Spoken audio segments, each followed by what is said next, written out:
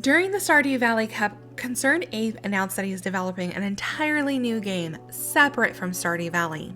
We now know that this game is called Haunted Chocolatier from the gameplay trailer he dropped. But apart from that, what else do we know? Actually, a lot more than you would think. Hey everyone and welcome, I am SailorDrew. Let's hang out and discuss 10 things we now know about Concerned Ape's new game, Haunted Chocolatier.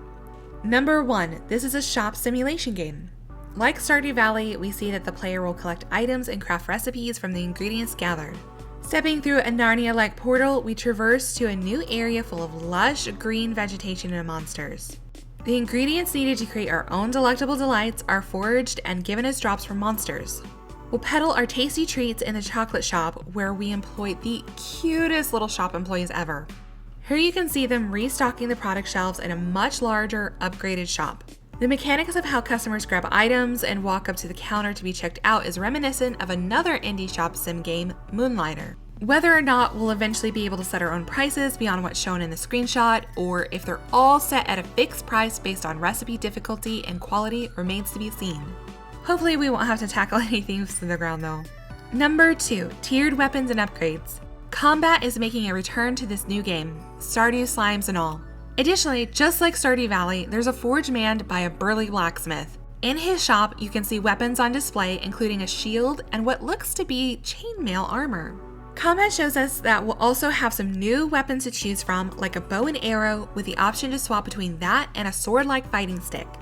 Instead of blocking with a sword, we'll do that with a shield like the ones we saw in the armor shop. With the presence of a forge, it's a near guarantee that we'll be upgrading our weapons and maybe even armor pieces to wear. Number 3, we're new to town. Once again, we're the new kid in town, leaving the big city looking to strike out on our own. Maddie, a denizen of the quaint, snowy town, asks us what it's like living in the city. Not only that, but Nigel, a very crypt keeper-like bartender, makes reference to our newness, garnering the excited attention of many of the bar's patrons. Let me know in the comments down below if you think the city will be an additional location we can visit eventually. Number 4, price so right. Concerned Ape has confirmed a few other details on Twitter, one being that Haunted Chocolatier will be priced similarly to Stardew Valley, which sits at a low $14.99 USD on the Steam store. Take that to be a ballpark of how the game will be priced upon release to PC and other systems later most likely, with the consideration that many fans are saying that they'll pay more for a game from the beloved developer. I mean, I wouldn't mind paying a little bit more myself. Number 5, socially divine. We can court, date, and marry denizens of this new town. Gift giving is shown to still be a cornerstone of schmoozing those around us, including our significant others.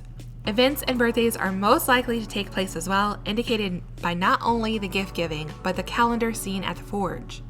What I want to know though is, will we get our own birthday and birthday gifts? Like, come on Eric, we want gifts too. Number 6, bigger cast. Pelican Town is a sleepy little blip on the map with a tiny handful of people to pal around with. And while we don't have an exact amount of how many people will live in this new town, there is a distinct increase in population size.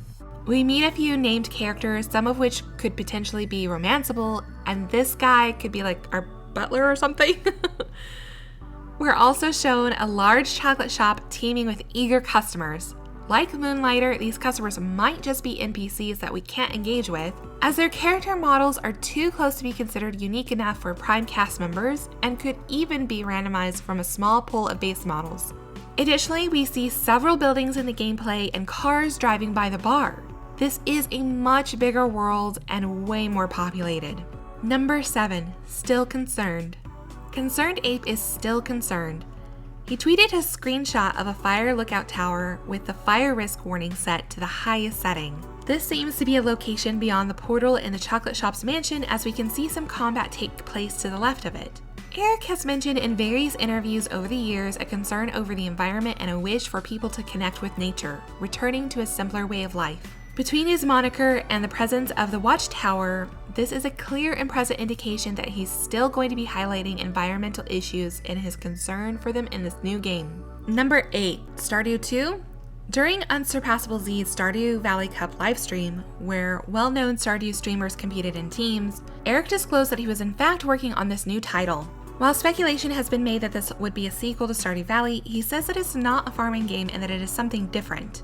I've actually been working on my next game. In some ways, it's kind of similar to Stardew Valley, but it's not a farming game, it's something different.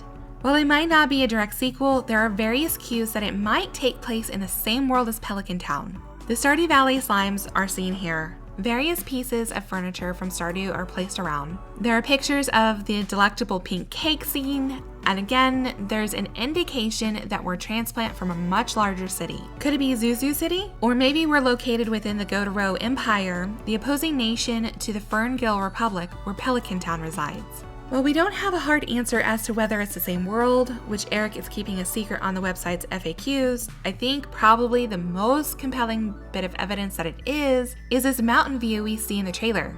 Look familiar? Number 9, Into the Unknown. While at the core of it, it's a shop simulation game, yes, Concerned Ape is still developing other key elements of the game and components that will shape what other genres it falls under. There are some obvious sandbox elements, and we know we won't be farming, but he mentioned several times on the website that this game will lean more towards an RPG-esque game style. As he continues to work on it, it could still evolve greatly beyond a charming as heck RPG shop sim game. Number 10, Now What? Haunted Chocolatier obviously has Stardew Valley in its DNA, but the art looks so much more polished and luxurious.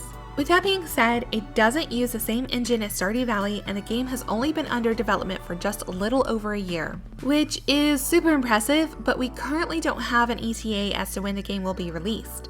Concerned Ape also indicated that chances are it won't be available for early access play, but we'll have to wait for the full release to get our hands on it. Dang it. And that's what we know so far about this new, exciting title from one of the most beloved modern game developers out there. Did I miss any hints in the gameplay trailer? Let me know in the comments down below, and also tell me what you hope to see in the Haunted Chocolatier. Like, I'm hoping to see some really extravagant, mouth-watering chocolate designs, an option for non-binary players in the character creation, and several more magical locations. What do you think? It's also worth mentioning that while the gameplay looks amazing and super polished, the game could look completely different when released. Just look at the early gameplay of Stardew Valley on Concerned Ape's channel. It's really fun to see how different it ended up looking.